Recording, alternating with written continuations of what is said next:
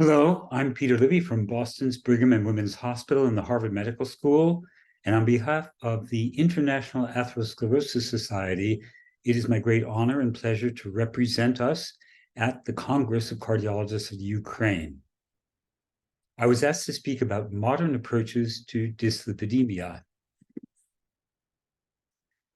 I'd like to point out that this companion to the Bromwald's heart disease text, of which I am an editor, was just published, Clinical Lipidology, edited by Christy Ballantyne, and chapter 1 is my contribution about the pathogenesis of atherosclerosis in relation to lipids.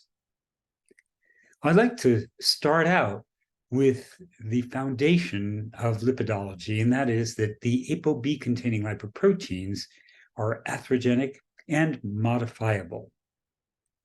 We know that LDL cholesterol is causal in cardiovascular disease from observational epidemiologic studies, from human genetic studies, from randomized clinical trials that show event reduction when we lower LDL, and from a palette of animal experiments that demonstrate that LDL is causal in atherosclerosis.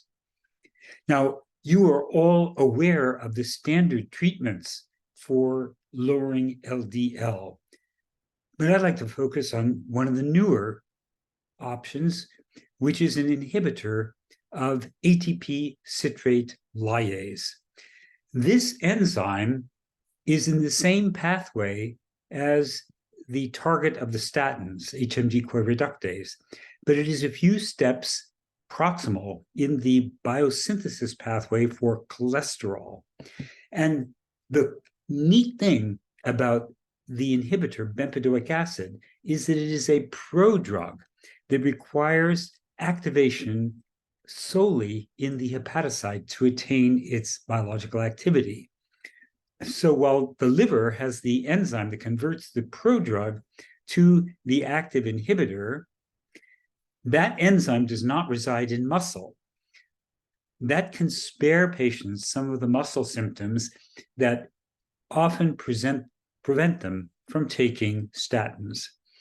So we recently completed and reported a trial using bempedoic acid in patients who were unwilling or unable to take statins. This is a large part of my own personal referral practice. I'd say 40% of my patients don't want to take their statins. So this is a really important new option for treating these patients. And we enrolled them in this study that randomized them to either bempedoic acid or a placebo. As you can see, there was a significant reduction in LDL cholesterol, and there was a concomitant reduction in C-reactive protein measured with a high sensitivity assay, an indicator of inflammation. So we have a double blow with bempedoic acid, decrease in lipids, decrease in inflammation. And indeed, in the population enrolled, there was a substantial decrease in major adverse cardiovascular events, MACE, the full MACE or the restricted MACE of heart attack, stroke, or cardiovascular death. We paid a price, of course, with this intervention. There was a very slight but significant increase in gout. So I'm not using bempedoic acid in my patients who've had gout. There was also an increase in cholelithiasis, and that remains to be explored. Now, in the forest plot of the subgroups, there was one outlier, and that was primary prevention. Primary prevention, particularly in women, has been under the microscope in terms of efficacy or cost benefit. But we reported the details of our primary prevention substudy recently in JAMA. And so we were able to show that there was a striking reduction in first ever events in those who had never had an event before, who were treated with bempedoic acid. We reported the main results in the New England Journal, and that's history, but what about the future for LDL management? Well, there's the possibility of a one and done LDL lowering by using CRISPR technology to do gene editing or base editing. There is a biotechnology company in Cambridge, Massachusetts, where I live, that is led by Dr. Sekar Kathiresan, and they have actually applied CRISPR gene editing to inactivate the PCSK9 gene. They've done this in monkeys and have shown sustained reductions in LDL as the blood PCSK9 goes down. This is the PCSK9. This is the blood LDL. And very exciting is the phase 1 trial, which is underway in patients. This will be one of the first CRISPR patient studies in the cardiovascular arena. It's being conducted in New Zealand and the UK, and we'll be looking at dose escalation, dose expansion, and a potential second dose in patients who are treated with this gene therapy. Now, another advent on the horizon is oral PCSK9 inhibitors. This complex tricyclic molecule was synthesized by medicinal chemists at Merck, and although it's poorly absorbed, its absorption can be increased by including it with some lipophilic agents. And this drug has been used in some early studies.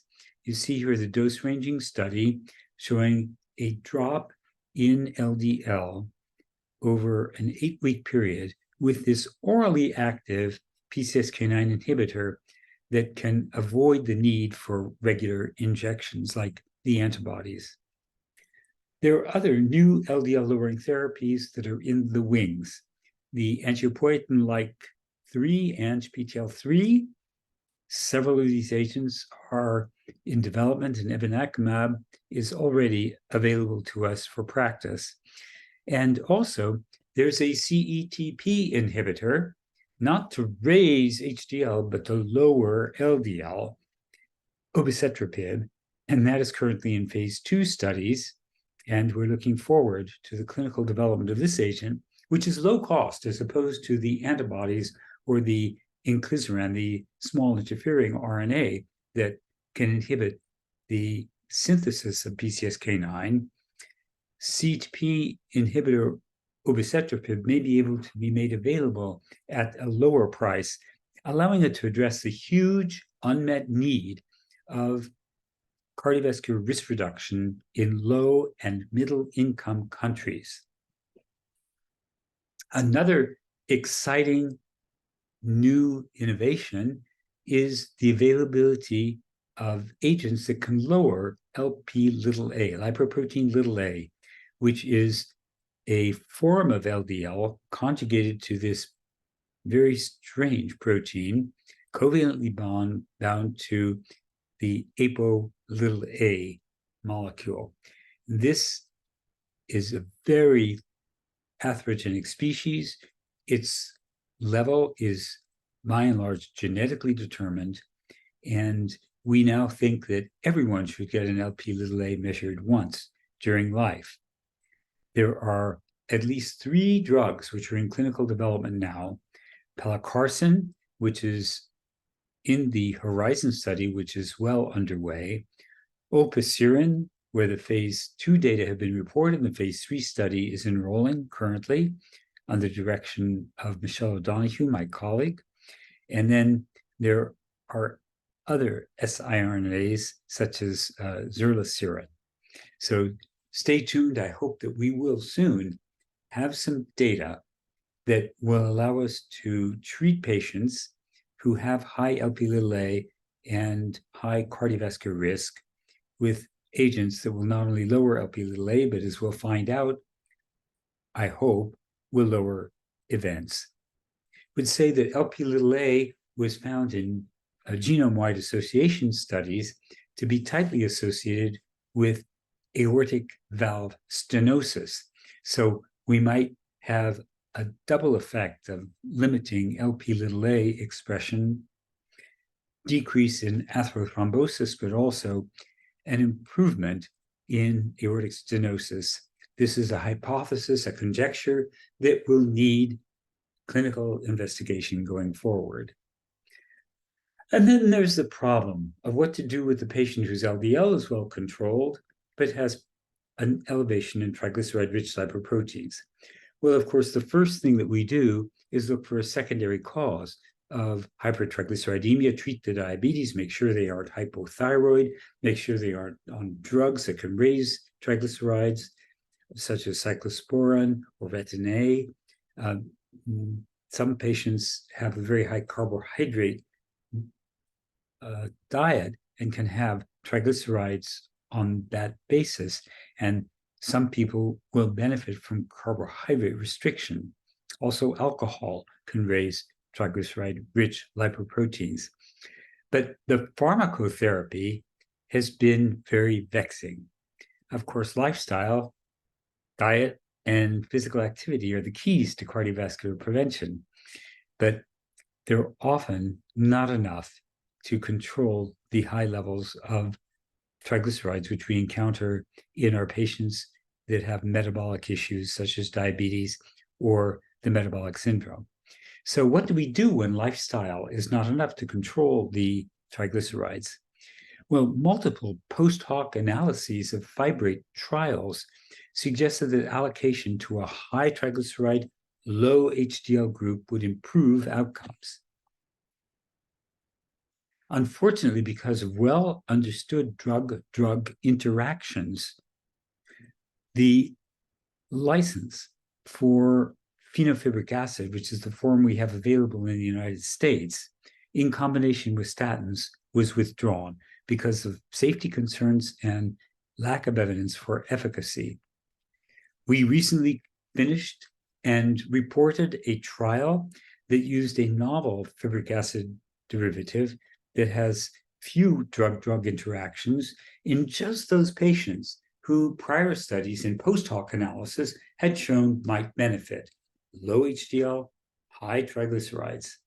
And this study, which was conducted in over 10,000 individuals, was superbly conducted despite the pandemic, which occurred during the course of this study.